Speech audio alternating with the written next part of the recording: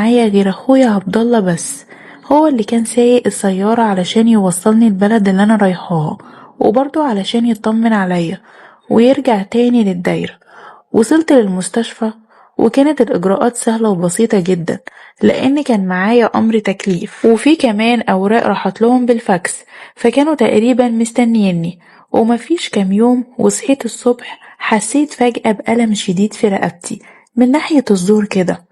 أنا قلت يمكن ده احتقان بسيط زي اللي بيجيلي على طول في اللوز، وكان بيجيلي دايما، ودايما مجهزة معايا غرغرة ومضادات حيوية.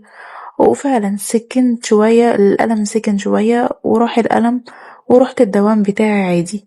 بس للأسف بعد حوالي ساعة من مروحي للشغل الألم زاد بدرجة كبيرة، وما كنتش ساعتها عارفة أعمل إيه. المستشفى هنا فيها استشاريين أنف وأذن وحنجرة كتير، وطبعا كنت يدوب لسه متعرفة عليهم من شوية. فكان في 3 دكاترة تقريبا، واحد مصري و2 هنود. رحت لهم في العيادة فما لقيتهمش، وكان تقريبا ده وقت راحتهم. فاستنيتهم شوية كده، استنيت حوالي نص ساعة، وهم جم واستقبلوني وعرفوا مني المشكلة والألم اللي موجود في رقبتي. وطبعا دخلنا مع بعض العيادة كلنا، وبدأ كل واحد بيفحص شوية بالمنظار، وأكدوا هما ال3 إن دي لوز ولازم تتشال لأنها ملتهبة جدا بشكل كبير، ولازم نشيلها بسرعة وفي أسرع وقت، وإن المفروض دلوقتي أشيلها. وقالولي كان بيجيلك التهابات كتيرة بشكل مستمر. قلتلهم فعلا كانت دايما كل شهر تقريبا بتجيلي الالتهابات دي وتروح بالمسكنات والعلاج. قالوا تمام، يبقى لازم عملية بسرعة في أسرع وقت. طيب ازاي وانا معيش حد هنا ياخد باله مني، وانا عارفة ان العملية بسيطة بس لازم يكون معايا حد من اهلي. فاضطريت ان انا اتصل على امي واعرفها علشان تيجي هي واخويا ويكونوا هما الاتنين معايا في العملية. بس اكيد لما يجوا هكون عاوزاهم علشان يهتموا بيا، ومفيش اكتر من اخويا وامي هما اللي بيراعوني وبيهتموا بيا. فبسرعة لما عرفت كده اتصلت بامي، فامي قالت لي انا جايلك مسافة السكة وهجيب اخوكي مع عبد الله معايا. وفعلا مفيش ساعات بسيطة الا وماما كانت عندي، وبدأت اجهز للعملية اللي هعملها الساعة 6 الصبح، وعملت كل التحاليل اللازمة للعملية. وخلاص الدكاترة ال3 قالولي عشان تطمني احنا هنكون معاكي في العملية وما تقلقيش خالص من اي حاجة، والموضوع سهل وبسيط، وانتي واحدة مننا ومش هنسيبك وكده.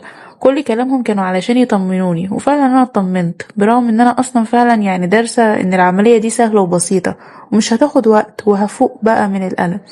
ودخلت العملية وبدأوا ينيموني بالبنج، ورحت طبعا في نوم عميق، ما حسيتش إلا بأمي جنبي على السرير وبتتكلم مع أختي في التليفون وبتقول لها إن الحمد لله الحالة كويسة ومستقرة، مستنيين بس إن هي تفوق من البنج إن شاء الله.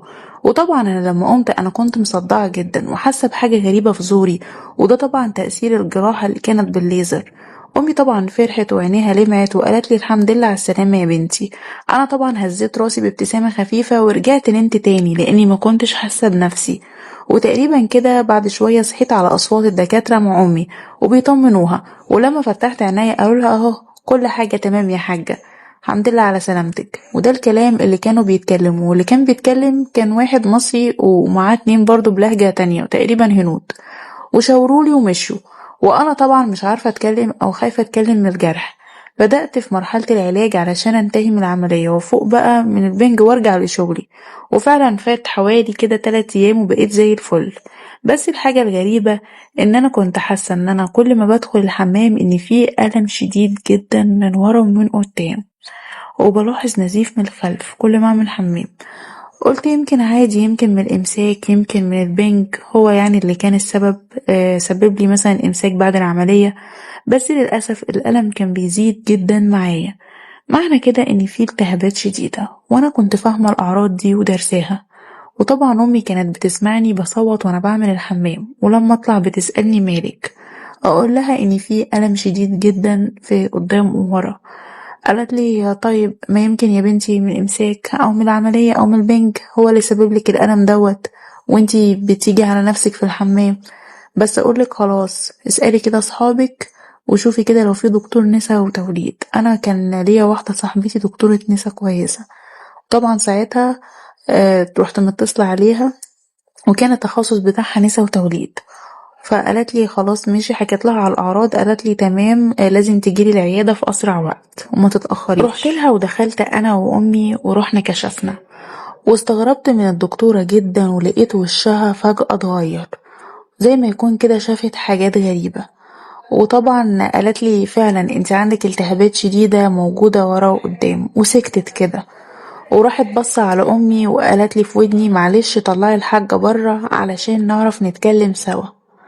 فانا رحت قايله لماما يا ماما معلش اطلعي علشان الدكتوره عاوزه تكشف عليا، وانا بصراحه كده يا ماما مكسوفه منك، فعلشان ما تكسفش منك يا ريت تطلعي وانا هبقى اناديكي بعد ما اخلص كشف. ولما طلعت امي بره والدكتوره قفلت الباب ورجعت تاني للدكتوره،